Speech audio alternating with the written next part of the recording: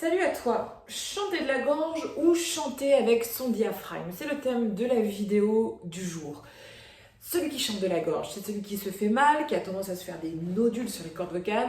C'est celui qui ressent des gênes quand il chante et qui n'a pas vraiment de technique. Celui qui chante avec son diaphragme, c'est un chanteur expérimenté, c'est un chanteur qui sait ce qu'il fait, c'est un chanteur qui maîtrise la situation et c'est un chanteur qui ne se fatigue jamais. On va voir dans cette vidéo ces différentes techniques, on va voir comment les changer, comment les appliquer à votre voix.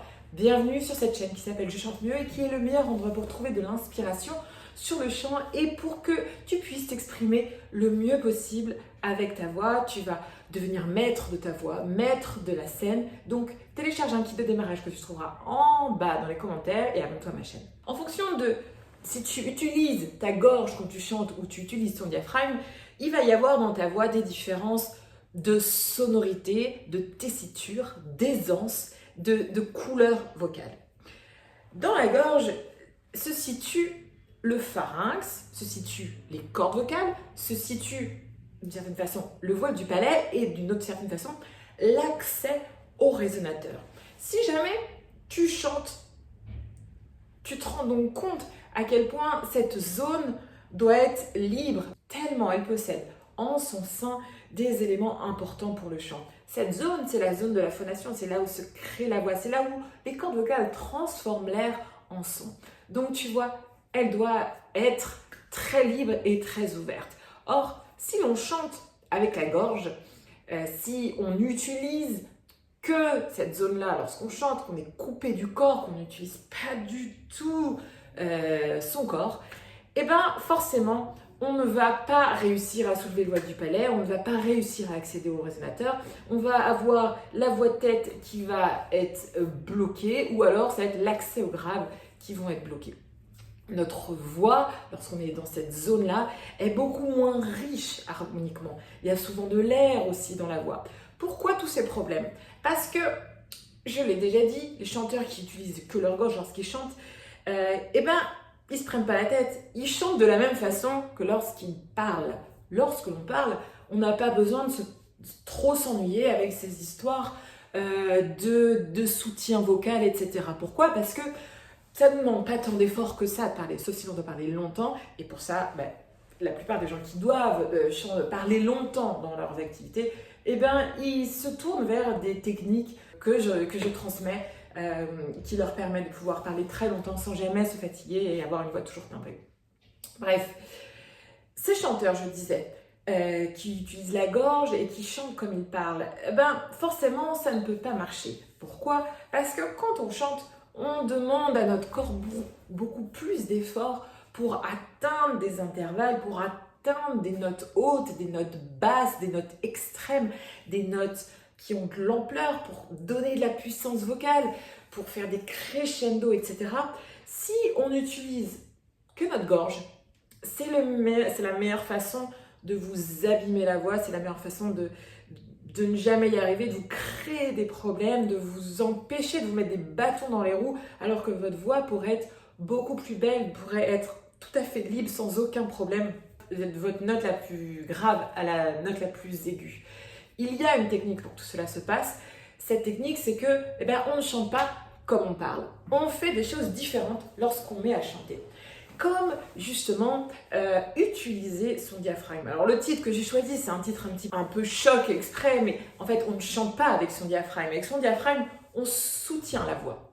Donc en fait, au lieu d'avoir plein d'actions dans cette zone, comme font les chanteurs qui chantent avec leur gorge, nous on va plutôt mettre l'action, l'engagement dans cette zone-là. Cette zone-là, c'est la zone du souffle, la zone de la distribution du souffle, de la maîtrise du souffle, de la zone de l'appoggio, du soutien vocal. C'est la zone du contrôle, c'est la zone de la voix, d'une certaine façon. Et c'est ça qui paraît paradoxal. La voix, elle est transformée ici, mais elle est créée là.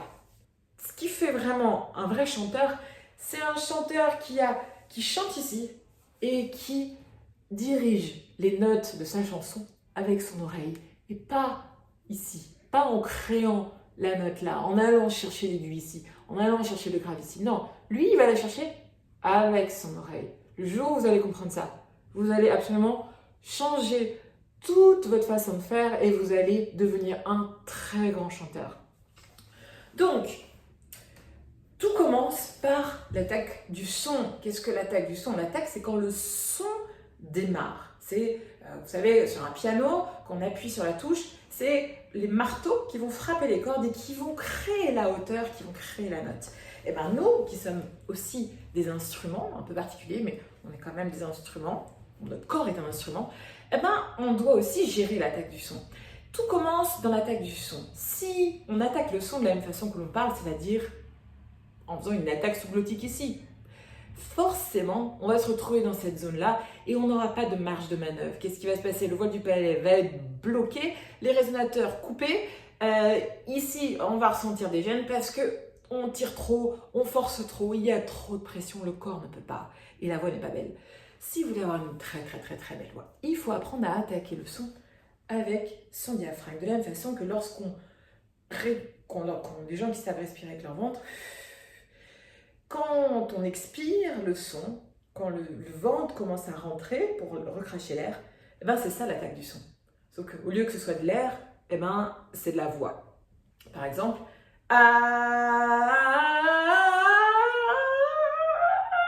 j'arrive pas parce que j'ai attaqué mon son ici. J'ai pas assez d'espace. Tout est serré, c'est un peu criard le son, vous voyez? Et si je fais ici, bon,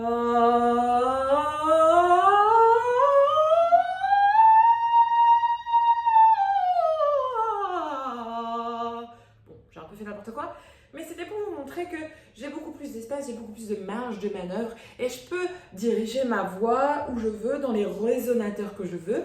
Elle est aussi plus riche harmoniquement, elle est plus profonde et elle peut être beaucoup plus puissante en utilisant le coffre du corps, le coffre qui se situe notamment dans la poitrine, dans la zone de la poitrine, grâce à la voix de poitrine, et pas en forçant là et en criant là. Bref, vous avez compris. Tout commence par l'attaque du son et tout continue par le soutien vocal, comme je l'ai dit. Le soutien vocal, c'est ce qui va faire l'équilibre entre votre air et votre voix. C'est le fait de garder le lien avec cette respiration-là, le lien entre la voix de poitrine et la voix de tête. C'est une voix qui est très homogène et qui peut aller très bas et très aiguë de façon très puissante.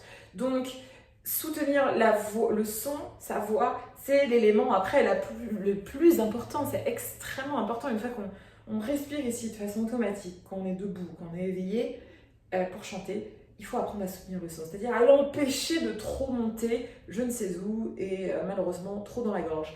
On la garde dans cette zone-là. Et c'est notre oreille qui va décider des hauteurs et qui va diriger notre voix dans les hauteurs. Et uniquement l'oreille, rien d'autre.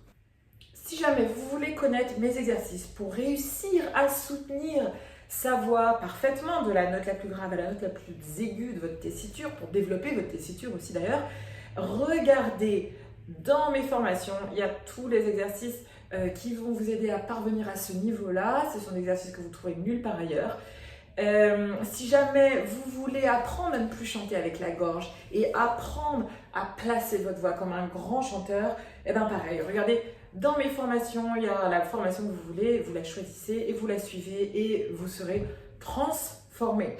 Donc, si jamais vous avez là des questions que vous vous posez en fonction de ce que je viens de dire, vous me les posez dans les commentaires, j'y répondrai. Si jamais vous voulez participer à un cours gratuit d'une vingtaine de minutes, regardez en bas dans les commentaires, il y a le lien, vous me suivez, on fait ça ensemble. On va travailler la voix mixte ainsi que l'ancrage des aigus. Voilà, quant à moi, je vous dis à très vite pour une nouvelle vidéo. Ciao!